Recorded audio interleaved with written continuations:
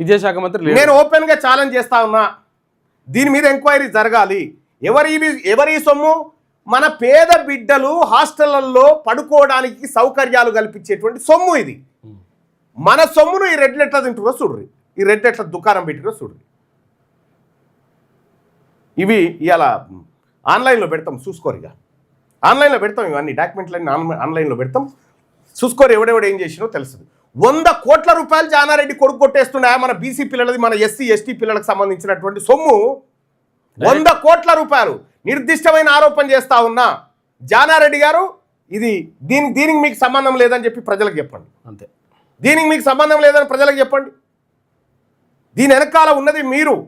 క్లియర్గా సీఎంఓ నుంచి ఈ ఫైల్ కదులుతుంది, ఈ ఫైల్లో 100 కోట్లు కొట్టేసేటువంటి పని జరుగుతుంది. ఎట్లా వదిలిపెడతామనుకుంటున్నారు మిమ్మల్ని? ప్రజలారా ఆలోచన చేయండి. ఇగో ఈ దొంగల ముఠ ఇగో ఇట్లా తయారైపోయింది చూడ్రి. ఇట్లా ఇది కోర్టు ఆపిందని మెల్ల వెంటనే ఒక 2000 తగ్గించారు. వస్తున్నది ఎంత అంటే 12,500కు, 12,500కే ఇది వస్తుందని చెప్పి వాళ్ళదే పర్చేసింగ్ ఆర్డర్.